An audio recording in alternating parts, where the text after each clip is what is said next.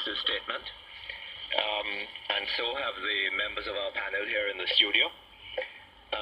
They are Dr. Rupert Lewis, reader in the Department of Government of the University of Mona, and Dr. Trevor Monroe, head of that Department of Government of the UW at Mona. And indeed we know of Dr. Monroe in a number of other contexts. We're also expecting shortly the former General Secretary of the People's National Party, Dr. D.K. Duncan. He will join us at any moment, but we'll carry on in the meantime. Now, gentlemen, you heard the Prime Minister. It seems to me that the Prime Minister spoke essentially in, well, what he said we can divide up into three sort of areas of concern. One is the restructuring of the government and the renaming of the reallocation of ministries, of subjects to ministries. The other is the allocation of ministries to personnel within the government. The third is the exclusions, the number of people who have now been left out of the government, of persons. And the fourth would be, fourth one has gone out of my head. We'll come to that in a moment.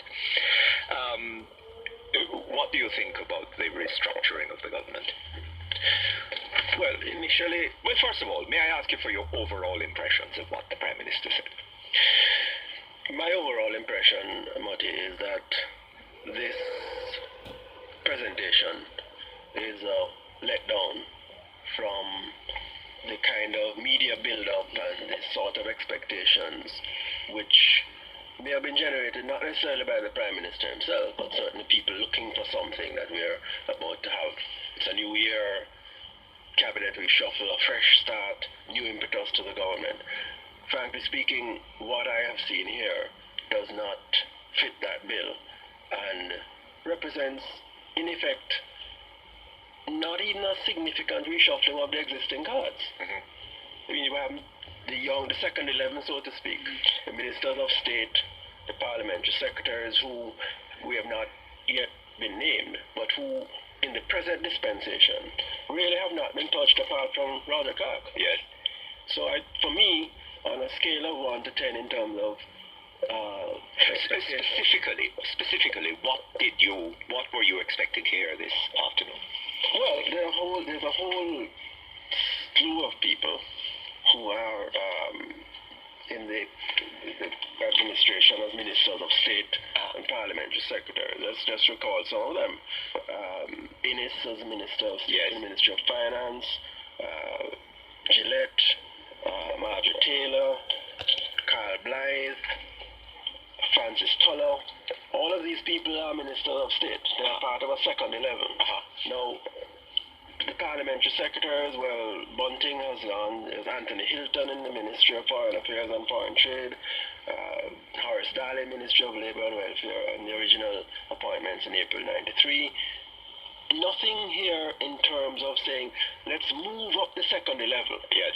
The first 11 not having performed as far as the public are concerned. And I'd love to remind you at a later point in our discussion of what the Stone Team polls revealed when last the public was asked to assess the performance of ministers of the cabinet. Okay. So I'm saying that even within his own existing materials, yes. Not from my standpoint, but yes. from his own standpoint, yes.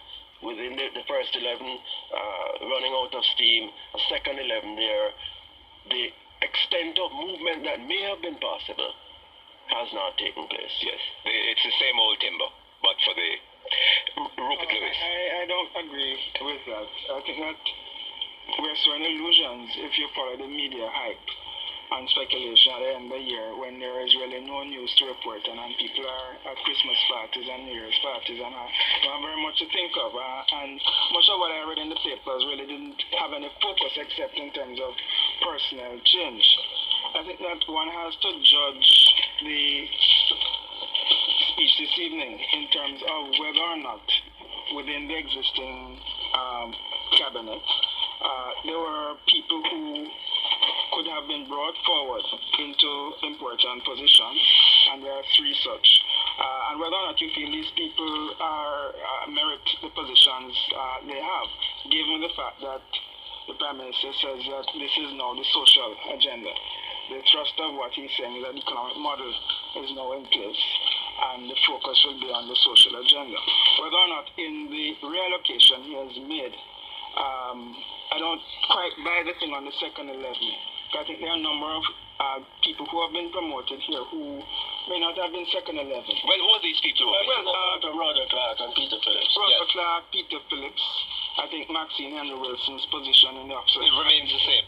It remains the same, but it is basic, given the focus on social issues.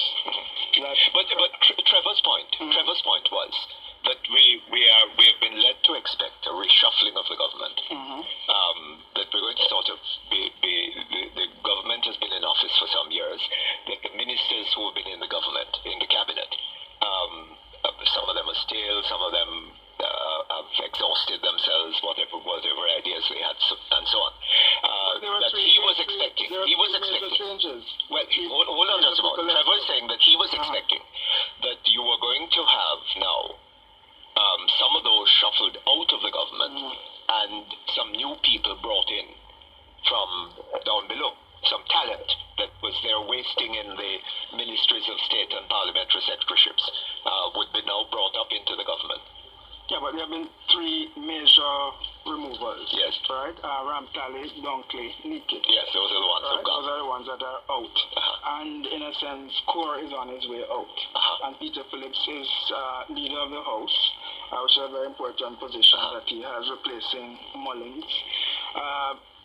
I did not expect any radical change. Okay, so I see what I follow what you mean. In other words, his expectations were different from yours. Yes. Okay, Dr. Duncan has finally come. He's here with us.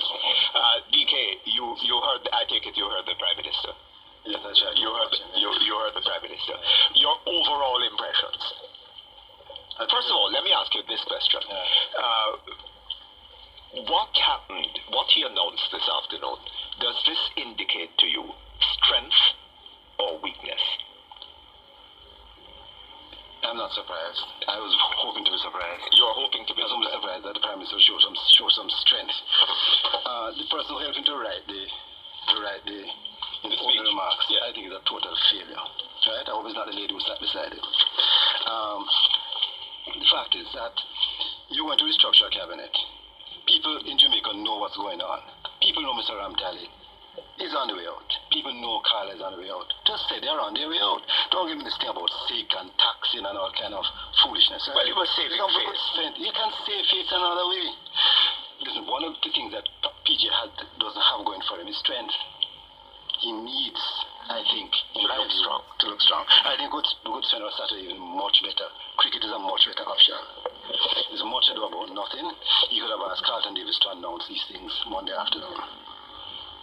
I don't think it's only also a question of expectations, whether one was hoping to be surprised or not. There's a whole, he has appointed people to provide technical advice of substantial dimensions regarding how the government could be restructured and who could be put where he would have to decide. It's not the media hype. You're correct. It's not the media hype. Let me tell you why.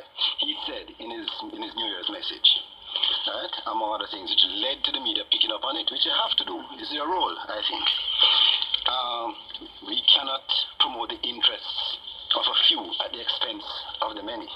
We must always seek to broaden the net of economic opportunity to promote the social welfare of our people. To accelerate this process, it is clear that this time we must rethink our strategies of planning and management to substantially improve the conditions of our working population, etc., etc. Well, in this effort, yes, he said again, we will need to revisit existing structures, and make such changes as are necessary.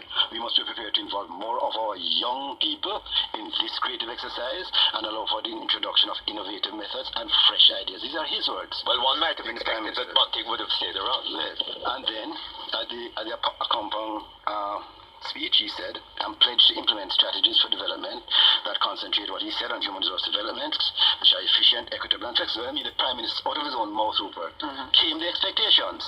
It's out of his own mouth that came the expectations. Okay, but the Prime Minister would respond. So what is the... Okay, the Prime Minister would respond. that he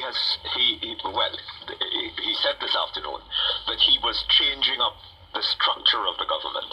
And he made reference to the Netford Commission as he relied heavily on it. Yes. What are some of the things that Netford Commission say? It said, for example, restructuring must start with identification of priority issues relating to structures, personnel policy. And the number one suggestion that he made was that they suggest a core of ministries, not 11 ministries as the Prime Minister said. They put 11 ministers as a possible thing, as a minimum. But they said it's a core of ministries which could command bipartisan support. Meaning, what they're trying to suggest, that we should have a core of ministries, that whichever administration comes into office, those ministries should remain. So we don't go on with this foolishness, which has again taken place today. It took place when I was in government. Yes. Right? It took place after and now again. I'm just renaming ministries almost for renaming sake. Yes. We need for some kind of stability and some focus and some purpose arising out of some vision. I think that proposal by the Netford Commission is absolutely essential. That he has followed to some extent the Netford structure, you know. What is it? Where's the bipartisan support on a core of ministries? Well, first of all, the numbers of ministries. He has come up with 16? 16 to 40, and then hide 2 underneath it. Yes.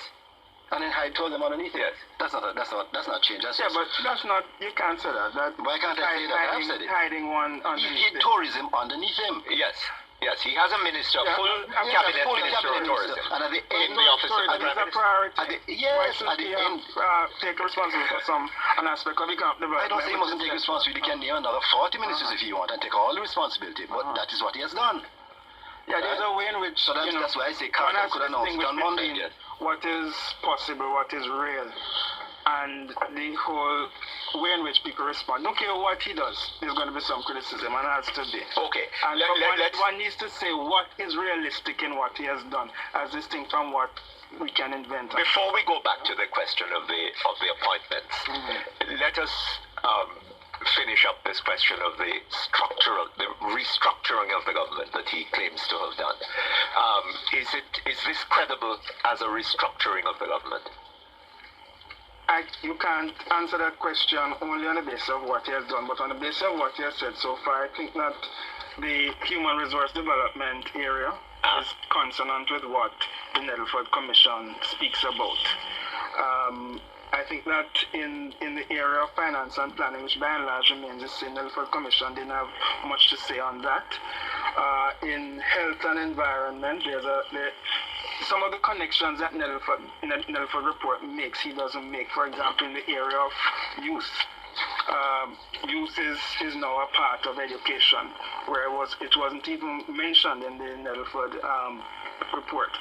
So, it was under local government. Local government development. And local government development. And really followed Netford in terms of the. Yeah, but one shouldn't treat the Netford report as a Bible. One should treat it as a. But let me ask you something. There are 2 ministries here: the Ministry of Environment, Land and Shelter. And when I heard that, I thought that this was going to be the Ministry of Agriculture. But it turns out that there is an additional ministry. Housing? Is it housing? Is housing? Shelter. Housing. Ministry of Environment, Land and Shelter. That is housing also. Shelter is housing. Shelter is housing. Okay. And then in addition to that now, there is a Ministry of Agriculture and Mining. And there's another ministry. There's another ministry that has a bearing upon this. Which is it? Another ministry that deals with some aspect of agriculture, isn't there? Agriculture and mining. No, because food security is also part of agriculture and mining. Okay. But anyway, there are these. What is the agriculture and mining? If you're having a Ministry of Environment, Land and Shelter, the old designation used to be agriculture and land, which had a logic to it. But you've taken land and you've put it into the Ministry of. But I don't understand that one. Okay, we have to take a break. Hold on. Moderator Wilmot Perkins and his panel in studio. Okay, thank you very much. May I remind you that the members of our panel are Dr. Trevor Monroe, head of the Department of Government at the University of the West Indies, and a number of other things which you all know about. Dr. Rupert Lewis, who is also in that Department of Government, and Dr. D.K. Duncan, a gentleman I feel out in the Mr. Duncan, of course, former General Secretary of the party.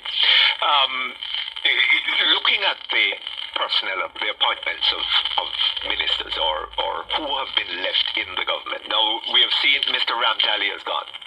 Mr. Dunkley is out.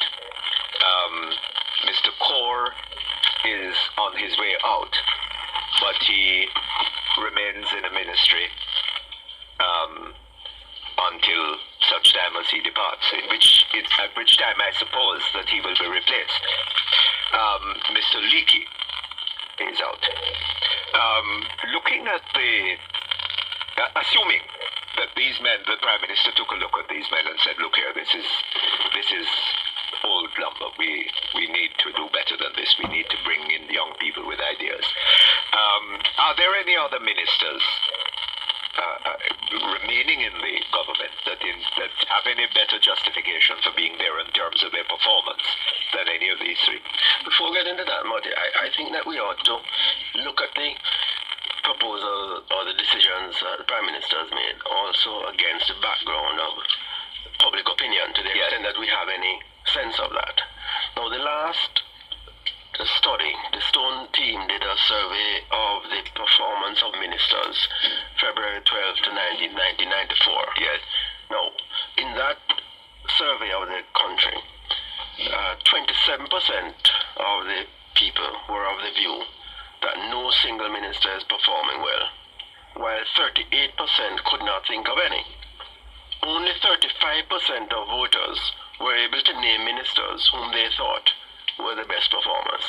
So that when you're talking about a reshuffle, it is not in the abstract. No. It's against the background of a fairly substantial turnoff of the public in respect of their judgment. And a sense that the government is not performing. Is that right? And that the economy is in a shambles, the social structure is in a shambles, social services are not what they should be, institutions are crumbling. And therefore you want some sense that this reshuffling is geared towards changing things and around. a stimulation of public confidence that there is going to be the issues that face new energy, new ideas, yes. Well, this is the point I was getting to. I mean, when you look at it in those terms, let us say that Mr. Leakey in the Ministry of Health didn't seem to be doing all that well. Mr. Ramtali in the Ministry of Construction didn't surprisingly, by the way, he was one of the more popular. I'm not sure the reason for this. Portia Simpson was there.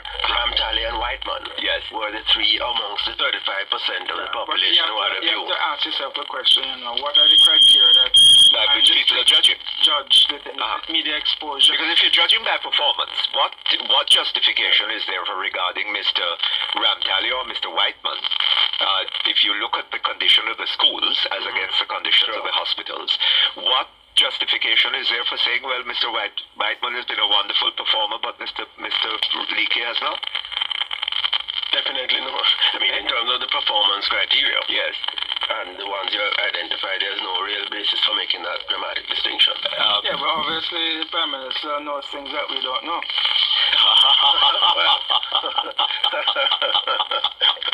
I'm not being facetious. Well, I wish at some point those of us who pay taxes would be let into the secret. DK, what are your views about this? What is the justification for retaining in the cabinet men who have seemed to have performed no better than any of these men? Can I start all over? Yes. I have the greatest sympathy for the Prime Minister. I don't want you to feel I don't like the guy.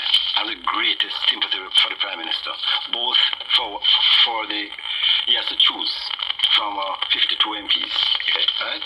And out of there's 60 members of Parliament, yet there are 52 on the PNP side.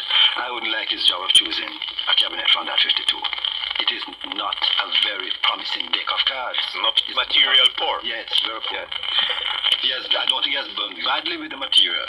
But what my problem is, Rupert, is this, that I think the time has come in our political culture, right, for less of the fooling around with personalities and more accent on systems and structures, right?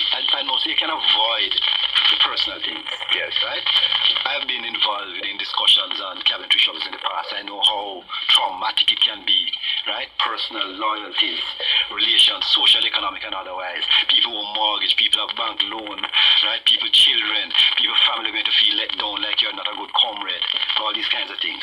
But these things pale into insignificance against the problems of the nation, right? I've always found it very difficult. I've never found it difficult myself to leave a post. That's why I can't even sympathize with all these little personal considerations being raised to the highest level. And that's why I see me react so much to the introduction of his speech about all these bogus reasons why the people are leaving. Now, are those considerations that operated in the case of Mr. Duncan? Who was Mr. Patterson's campaign manager? He would have to, and I think it's who is now to be ambassador at large. But if I want to put that on record, that I mean I really sympathize and I know all the little trauma and the little thing. But this is Jamaica, this is a country. This is 2.5 million people, right? So and we have a number of problems, and a leader is there. If we can't make comments as to what to expect from this leader, then I'll just drop out of this discussion, right? If it's going to feel like you're being too harsh on this man, you need to be critical. Yes, but having regard. What I say now, if you're going to approach a country, you send the telegram to the people that you are doing this thing. It's not the media hype. You, PJ Patterson, the Prime Minister, send the telegram to the people that I'm going to do something radical. He sent that message. Radical. He's going to introduce something different in the structure of government and different. In personal cabinet. Different. What is the criteria and what do you start with? Well, you start with the personalities, or you start with institutions, or you start with the priorities? Because you have to ask, what are the structural changes that have been implemented in this? I would say accepting that the economy is in place, and you just need now to make sure that we don't lose the momentum on that. What you want to make sure that you speak to questions of what he said, poverty alleviation, social development, whatever it is. Then you would say a Prime Minister would look at some of the things that are obvious, I think. I don't know if these are media hype or negativism, but problems I've listed here. There are problems still in the economy as far as people are concerned. Yes, but let me ask you. In terms of inflation, let me ask you. Do anything there? You said, no, Omar Davis is doing a good job, so I'm going to keep Omar. If you bring me say, yes, you have problems in transportation, problems in crime and violence, problem in education, problem in health, problem with land. As one set of issues, and you said, okay, now do I need to do anything with personal changes to deal with that? You said economy, no, I have Omar. Education, no, I have Burchard, I have the best there. Okay, transportation, crime and violence, health and land. That's one way to approach it. Then you say, should I get some balance? Because he said he's going to get some new innovative ideas from youth. Am I going to bring in some youth? Everybody in the country knows, or at least in the party, and some people in the country know, for example, that at the last vice presidential thing in the PNP, that the young people wanted to come forward and get some people elected, and it was thwarted at the last minute by the leadership of the party. Right? So therefore the Prime Minister may want to respond to the fact, and he said it, he himself said it, he's going to bring in youth, and not necessarily, he didn't say he's going to bring them as ministers, but he says he's going to give them a chance. So when you don't see it reflected at this level, this is the highest level. At the highest level, you don't see it reflected there. You say, well, you must say that it is missing. Peter Bunting must have had some inkling of what was coming. Well, it apparently had. Right? You have a space. Carl Duncan is leaving. He's leaving the Senate. You have a space there. Even as a sign, a first sign, if you can't do everything now, then bring somebody inside that spot immediately and say, I'm going to appoint X or Y, if you deal with personnel. X or Y, bring them into the Senate to show you that here's another person that I feel somewhere in the country that I can pull into this new approach, to this new thing. It's in that context I'm speaking. But if we're going about the things in the same old way, there's much ado about nothing. And I go back to say, let Carlton Davis announce it on Monday. But if you say that the material that he has to work with is so poor, how can you blame him so strongly for not having done anything more exciting with it? No, I'm saying that there's one aspect, that's a personal issue. I'm saying, no, I don't see the fundamental approach. I rise out of issues. Say these are the issues that are of primary importance, and therefore I'm structuring my ministries, the institutions, not the persons now. Yes. The ministries first, and then afterwards I'll see who I have to fit in to see if those can respond to the thing. I don't see that at first blush. Thirdly, if he's looking at gender issues, class issues, race issues, issues of capital. Well, he did say gender is very simple. it has 2 points to it. He has said that the economic model is working. We can agree or disagree with that. And secondly, he says he needs to focus on social issues. On the economic questions, you have two key ministries. Ministry of Finance and Planning. You have the super minister, that is Paul Robertson, who has industry, investments and commerce. I'd like to know what is the nature of this new nomenclature, investments, and how it relates to foreign trade. What is it that this is supposed to mean practically? That's a question I'd like to find out, right? And then he has taken part of the economic portfolio, the tourism ministry, with John Jr. So that I think the discussion has to deal with how he has conceptualized these structures. But is it clear? Is it clear from these, from this, that he has any very clear conception of that he has designed a kind of spearhead moving forward? What my understanding, he basically is saying that the economic team in the cabinet is himself, Omar Davis, Paul Robertson. I don't think there's anything new conceptually there. He said the model is working. And he started the introduction by indicating the things that we have heard already, NIRR and so on, what have you. That basically he feels that there's an economic base from which to chart the social agenda. And hence he's taking this element of tourism as his responsibility directly in the OPM, and he's saying also that he's going to make some move on the social agenda to deal with some of the points that DK and Trevor and others have been talking. Let me ask you, this concern, where is it reflected? What is he saying? Where is it reflected? Where is what reflected? The social agenda. The social agenda is as yet to be explain to the country in terms of what exactly he plans to eradicate poverty is what he where it is in relation to this nomenclature. In relation to the nomenclature is that he, the Prime Minister, is going to take the responsibility for this initiative. This is what he Which says. initiative? The social agenda. Bringing in new social development. Social agenda. It's true that the material is not what many of us would like, but looking through the list, I insist there are people here. There's young Peart, who's in his 40s. Buchanan is in his 40s. Ellis. Carl Blythe is in his 40s. That's ministers of state. I know, I'm saying that these are people. These are people who might have been promoted. Who could have come. So that while one is not, the material is not one would have liked. There was an alternative approach to simply reshuffling the full ministers. You could have drawn more on those who are younger, who have seen to give an indication. We come back to that after the break. Hold on just. Thank you very much. Back here, our panel, Rupert Lewis, Trevor Monroe, DK Duncan. And we were talking just at the break about the Prime Minister's failure to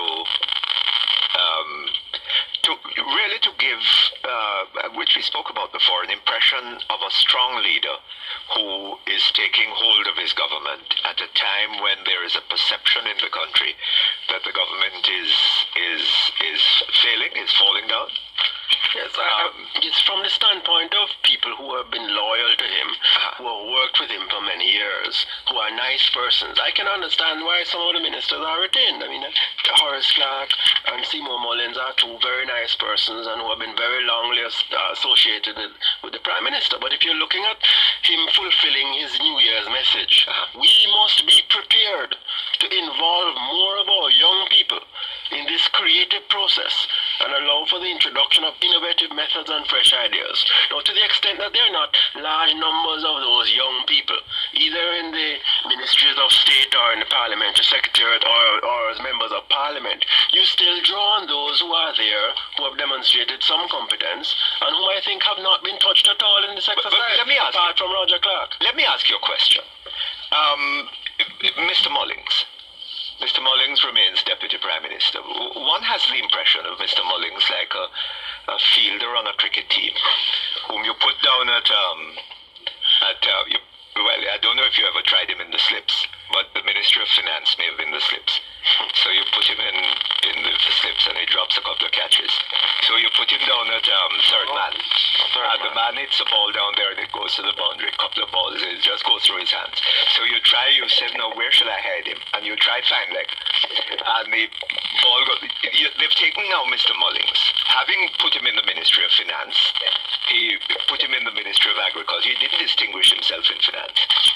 I don't know that he distinguished himself anymore in the Ministry of Agriculture. He's now Minister of Foreign Affairs and Foreign Trade. Now, what is that about? This is about CARICOM. And it's about NAFTA, GATT, fundamental question. Absolutely. In an economy that claims... What he's talking at this point about land sales. One is talking about a man who has served in the Ministry of Finance. Right, Finance. He has been in those three ministries. And in none of those ministries can he be said to have distinguished himself. And you now put him in charge Forget about land sales. fundamental area in terms of the economic model. Absolutely. Strongly on that. I mean, I wouldn't contest and defend the allocation of the ag portfolio to Mr. Mullins, other than to say that the other criteria which comes into play in looking at a cabinet, and the one other criteria is obviously loyalty. Okay. And seniority within the party itself. Trevor, your view on that? Well, it's obviously at work, but at this critical moment, when the alienation of the population from government and politics is at an unprecedented high, when the party standing is low, when Mr. Patterson's reputation as a leader is also at an all-time low, issues of loyalty have got to be put in their perspective and have got to come in their place, and they have got to come a very poor second. You have to say, look, brother, we have been together this long time. You and I accept that the interest of the country and the party are primary. Let us recognize that we can't continue this way in terms of the people's future. And part company. DK, I want to get your comment on that, but before we do that, there are some private sector leaders whom we are hoping to bring into this conversation. And one of them is on the line, Mr. Ivan Tomlinson, the president of the Jamaica Agricultural Society. Hello. Hello. Mr. Tomlinson. Uh-huh. How are you? So you heard the Prime Minister? Oh, yes, I heard it. What are your views? Oh, my views is that as Prime Minister, as Prime Minister, he is captain of the team, and if he feels that a player better used in a certain position, then that's his prerogative, And I have worked with Mr. Horace Clark already, and I think he was doing a good job. I don't know why he was changed at that point or something like that, but I think he did a good job when he was there. We got along very well, and if I'm going to, I think he should make a very good minister. So you're happy with Mr. Horace Clark as Minister of of Agriculture and Mining? Yes. But what about your impressions about the general restructuring of the government and the cabinet reshuffle? How much of a reshuffle do you think there has been to begin with? I beg your pardon? I say, how much of a reshuffle do you think there has been to begin with? Well, as I overheard the Prime Minister saying, is that he thinks that he has put the right people in the right place, and that he's expecting performance. And you believe him? Well, I can do nothing else but believe. I have no alternative. Tell me something. Mr. Mullins has been appointed now Minister of Foreign Affairs and Foreign Trade, and he remains Deputy Prime Minister. What do you think of that appointment, having regard to the importance of foreign trade at a time when we are opening up the economy, and we are having to deal with regional matters in CARICOM, with larger regional matters with NAFTA, with the GATT, and all this kind of thing? What do you think about that? I think that the Prime Minister must have had a very good look at the performance of his predecessor in foreign trade, and from his experience with both parties, he felt that Minister Mullins would do a better job. So you trust implicitly in the Prime Minister? Oh, definitely. Thank you very much, Mr. Tomlin. Okay. And that's it. Gentlemen, are you're impressed with the leadership of the Jamaican public opinion? I beg your pardon? Well, I understand Mas Ivan's view, It's a very, I think he's An older It's lawyer. the Prime Minister's judgment, yes, but I think that his membership in the agricultural community and the agricultural sector will be well advised to take a more independent and critical stance to see whether there are pros and cons in some of these appointments, and not simply to say, well, the Prime Minister's captain and he must know what he's doing. I mean, we draw that attitude to the West Indian cricket team.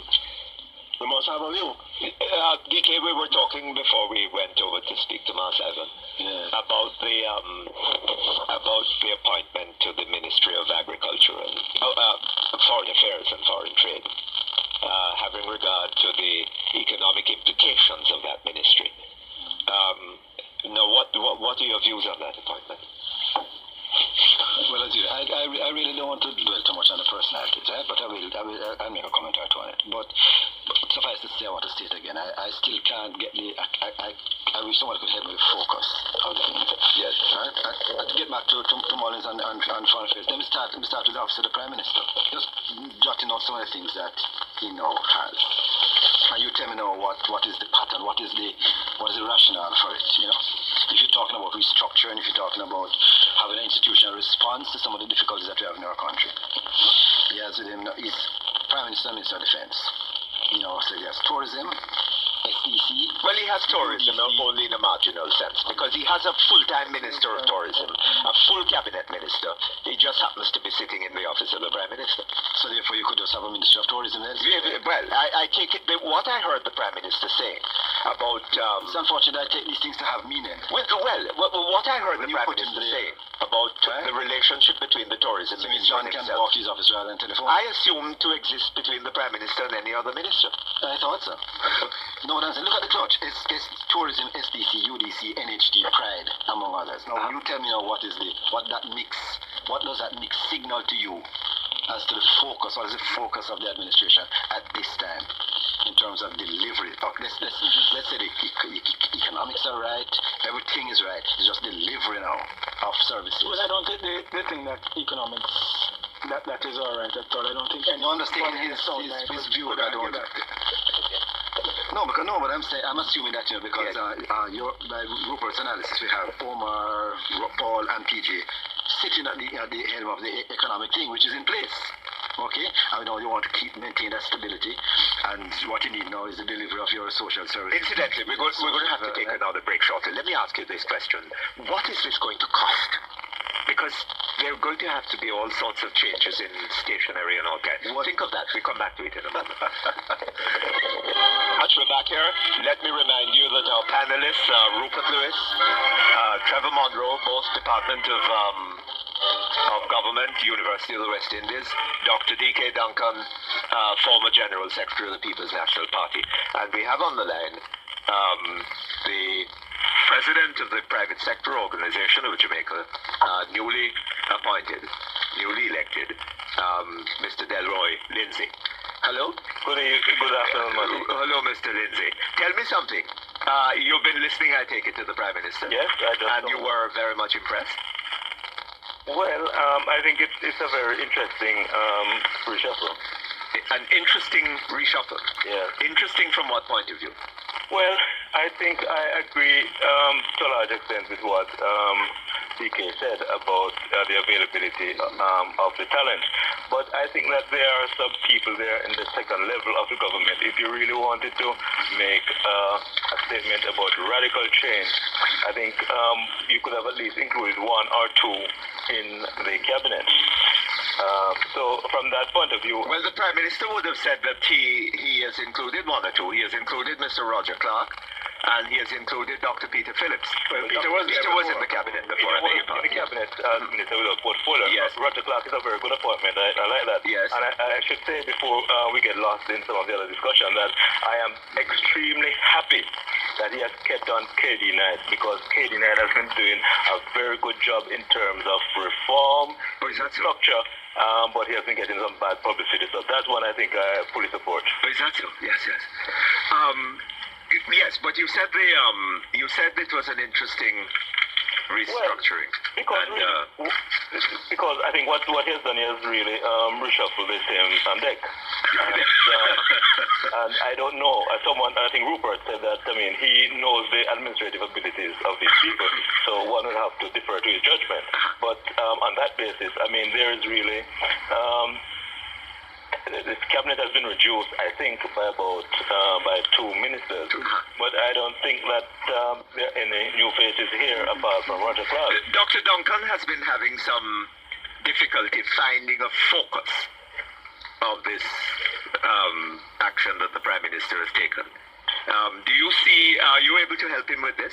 Well, no, again, I think I agree with Rupert. If you listen to and let us be frank, this is P.J. Patterson. I don't think that this is Michael Manley or Edward Siaga or Bustamante. What do you mean by that? Because the structure reflects the personality of the Prime Minister. And I think the Prime Minister is a gradualist Prime Minister, not a radical Prime Minister. And I think this cabinet change in its context, I think, represents radicalism for the Prime Minister.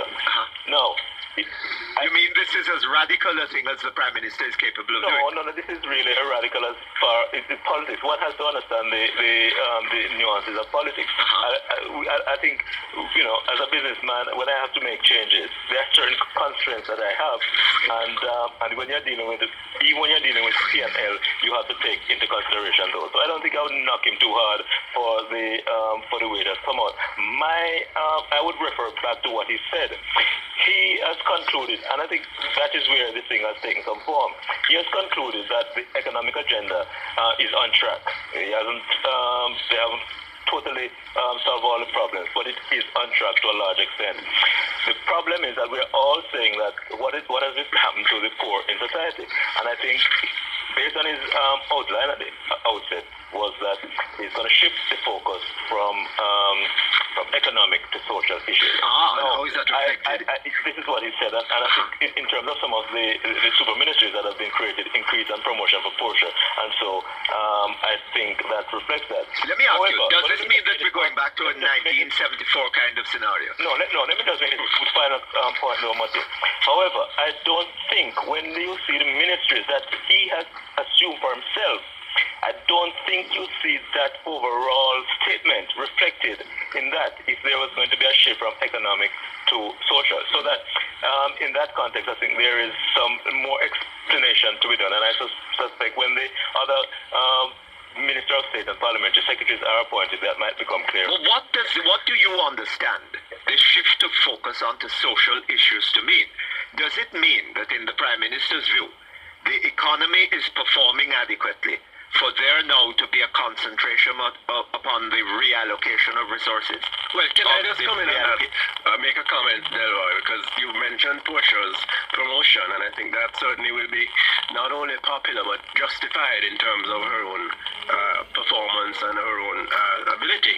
But we need to pause and ask, what is the substance of this? I mean, the Ministry of Labour and Welfare in the 1994-95 budget has, if my memory serves me correctly, something like 1.5% of the recurrent budget and 0.05% of the capital budget. You know, what does a promotion mean if it isn't accompanied by resources to carry out the job more effectively? Oh, sorry, you're not hearing? Yeah. Are you hearing now? No, yes, I'm listening to my radio. I can't hear you on the phone. Oh dear, there's a problem. But I was making an observation regarding the promotion of supported. We have a problem on the line. And there's a surprise. Yeah, I'm listening to the prime. Okay. Hello? I think we've lost Mr. Lindsay for the moment. Let's see whether we can get him back. Okay. But you understand the point I was making? Yes. That is one thing to promote Porsche, to restore the sports portfolio, which is the real change that has been made, which was removed originally, you recall, apparently in the context of the just after the party election. Exactly so. But this restoration means nothing. It's really a basket to carry water, unless it is accompanied by some resources. We wouldn't know about the resources part of it at the moment. Yeah, but the question that I was raising earlier on, the Prime Minister's focus. Please help me, I'm a little lost. Maybe I'm not clicking today. Yes. What is this promotion for Porsche? Well, I don't know about it being a promotion. They put sports back. Social security, yes. Which is welfare. Yes. And they put sports back. Yes, and was promotion. She was there. But she's going to be... No, she's back. Yeah, she's going to be responsible for human resource development, which is... Yeah, there's a refocus in the cabinet on social issues. As manifested by what? Manifested by Mr. not Patterson's talk, manifested by what he said. I mean, we can only take. Well, but surely, DK. No, in terms of the institutional. Okay, he's made a. We don't know what resources are going to be. No, not resources. What is the institutional response here? Yes. SDC, which has been a total failure over the last few years. Okay, I think we have Delroy Lindsay back. Hello. Hello. Yes. I'm sorry, we lost you, but you're back now. Well, I can't hear you on the telephone number, but I'm listening to you on my radio. I see what you mean. Well, see how Trevor wanted to ask you a question. I was only making a caution, Delroy, and asking whether you agree with me that the addition of sports to Portia Simpson's portfolio is something that will be both popular and justified. Yes. But the resources which have been made available to her, certainly in the current budget, reflected in the nature and character of the Ministry of Labour and the Ministry of Welfare, are so limited that we would have to reserve a judgment as to whether this is a real promotion until one sees whether she's given the materials to carry out the work that the appointment implies. Hello? Yes. Have you heard that? Yes, I heard, and yes, I'm listening to my radio, and you can hear me. Yes. Okay, good, because I can't hear you on the phone. Okay. Well, Trevor, I mean, if something was taken away from you, and it has been given back to you in politics, that's a promotion. No, I absolutely agree with you. Having my experience of the last 18 months at MPM, you can have a portfolio responsibility, but unless you have the resources to do the job, it's no point. Okay, well, let me ask you, tentatively then, what does this restoration of sports to Portia Simpson mean? And can I follow having regard to the fact that it was taken from her and given back to her after at the time that it was taken away and it's now being given away. And also, Delroy, was a Ministry of Labour, Welfare and Sports a sensible ministry in the first place? Well, no, it was just nonsense. It was a reflection of Michael May to give her, at the time when he won, a super ministry to be equal to Patterson at the time because of the internal party thing. So they just put together a hodgepodge of things, labour, welfare and sports. But I know she's very nice as a sports minister. She smiles nicely and she's at all the functions and sports, and the sportsmen like her. But what is is that the correct institutional response to the demands of the issues in relation to young people and sports? Why not education, youth and sports? Well, that's a good question. No, but you guys are asking me questions as if I was the one who made these cabinet changes. No, it's not comment to the person in the cabinet. I suppose we are here to comment. But I will comment. By all means, I can give you my opinion. I think that you have, whether you think that it's a promotion or not, it's another matter. But I think it is because you have added responsibility. And in politics, everybody wants more responsibility. Everybody wants to be Prime Minister. No. Well, what we know is that she has another name to her, another word added to the legend. Exactly. On her. Sports is a very high profile, and if you have noticed, ministers of sports in the past with other ministerial portfolios, they have used the sports part of their ministry to really promote themselves, and have done very good at it. Which is doubtless why it was taken from her in the first place. I don't know that, but all I'm saying is that she has an opportunity now to so do. You think she's being groomed as a potential leader? Mutty, you have often said, because in Jamaica almost every person with a high school degree is referred to as bright. Yes. And you have often said that we have a lot of bright people, but you have often asked the question, what have they accomplished? Now, looking at this cabinet, I would ask myself, what are the accomplishments of the individual ministers here in this cabinet, and which are the ones that we would give some high marks for as independent bystanders? Definitely. And could you tell us one? Well, I certainly would like. I would say Omar Davis has performed very well in the context of the government over the last 2 or so years. You're happy with the levy? I'm most unhappy with the levy. But in life, Mutty, you can't let your personal interest detract you from a performance. I mean, inflation has come down, not at the pace the minister had indicated. You have some stability in some of the macroeconomic indicators. We are not there yet, but we are on our way. All right. I don't want to get too deeply into those matters this afternoon. We want to focus upon what the Prime Minister has done. Well, you think that Dr. Davis is a minister of some yes. And I think also that KD Knight, having worked with him, worked with the programs that he has been instituting, and of course the Commission of Police which we have, and some of the long-term programs. So the appointment of Colonel Macmillan, which he didn't do, I don't think he had very much to do with, and the production of 750 police motor cars. Is that it? No, those are your definition. No, I'm asking. What else? I say that the programs that I have been associated with from the PSOJ with respect to the long-term training programs and the whole institutional development of the force, those are the ones which I would give him high marks for. Yes. He has a very bad public image, but that is life and that is politics. Well, I have to deal with substance.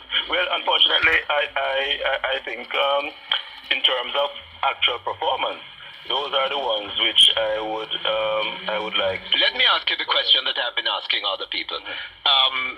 Mr. Mullings. Mr. Mullings is Minister of Foreign Affairs and Foreign Trade. This means that he's going to have direct responsibility for matters like CARICOM and NAFTA and the GATT, which are going to loom very large in our lives, having regard to the opening up of the economy and so on. And our hopes for entering NAFTA and all this kind of thing. What are your views on that appointment? Well, if I were Prime Minister, I certainly wouldn't have put Mr. Mullings in that portfolio. But that is my view. But let me say this, though, that a ministerial appointment is really only... Okay, I'm afraid I have to leave you here, Mr. Lindsay.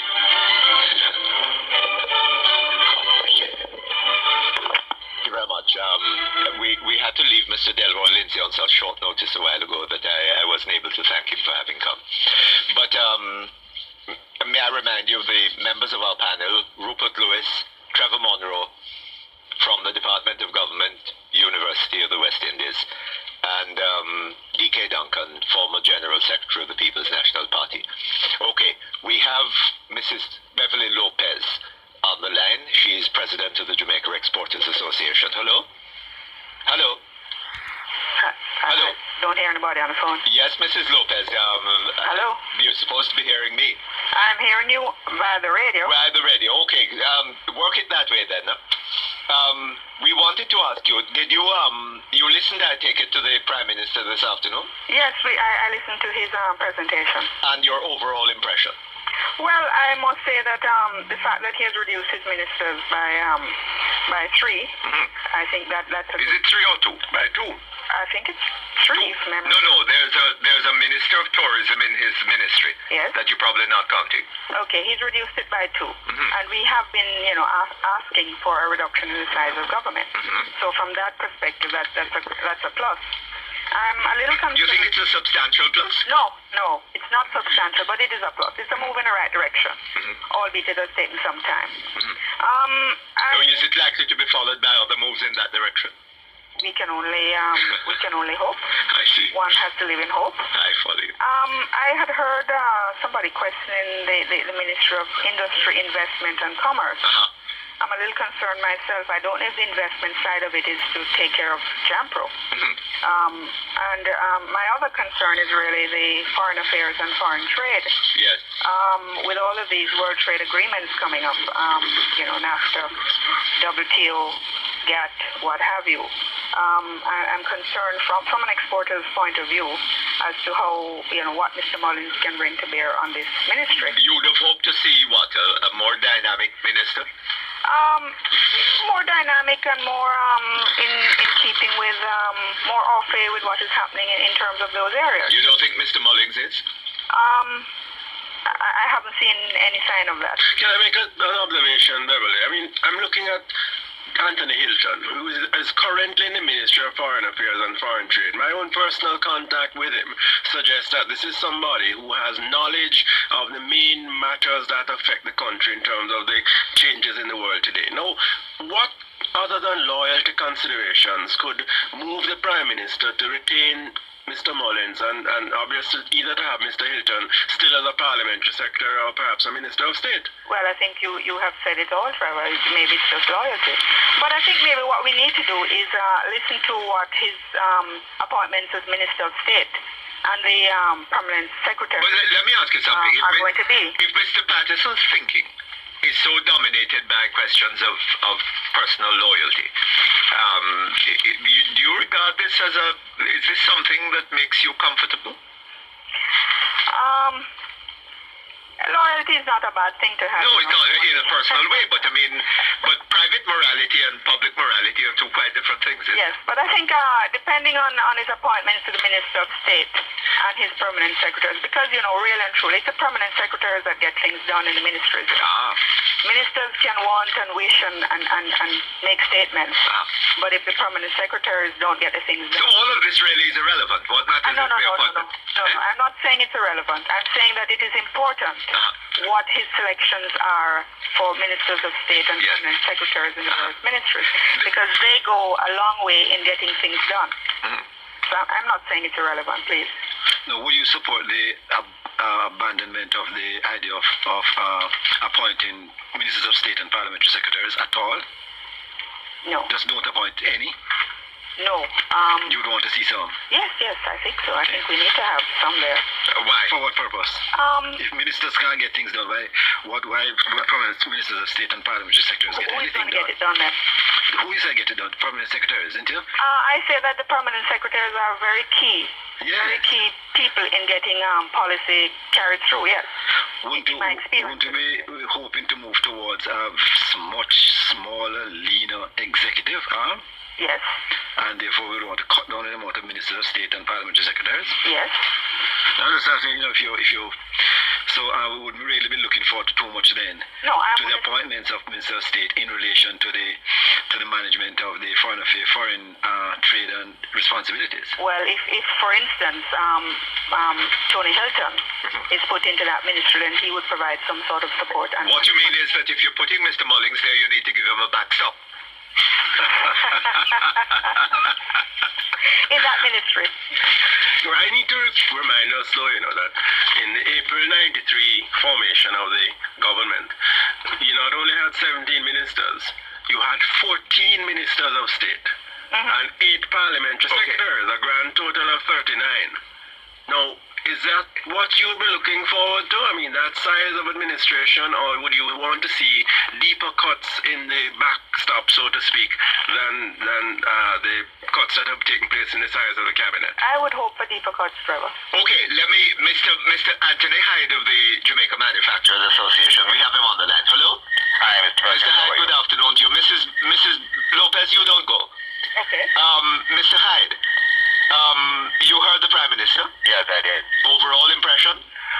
Well, one of the things we're happy about certainly is the fact that there is a minister with responsibility for industry, albeit it includes investment and commerce. Commerce and industry. What does that mean to you? What do you understand by that? Mrs. Lopez was having some difficulty with it. And so were some other aspect of it, the investment aspect? Well, what does that mean? Well, to my way of thinking, I'm of the opinion that the investment which is so critical to industry at this time, that would also be a logical aspect to include. So you're going to get that by adding the name investment to a ministry? No, well, I'm hoping that the ministry will perform as is designated. What do you expect it to do? I certainly expect that the ministry is going to try and mobilize investment, whether local investment, foreign investment, for the rebuilding of the productive sector. How? Well, there are number of mechanisms that one can use. Such as? One certainly can put the requisite ingredients in place. I think the industrial policy, I've alluded to some of that, to try and stimulate interest in the productive sectors and to attract investment. The whole aspect of attracting investment has to be an area of special focus. And I think that it has to be concentrated somewhere and driven. Can't they split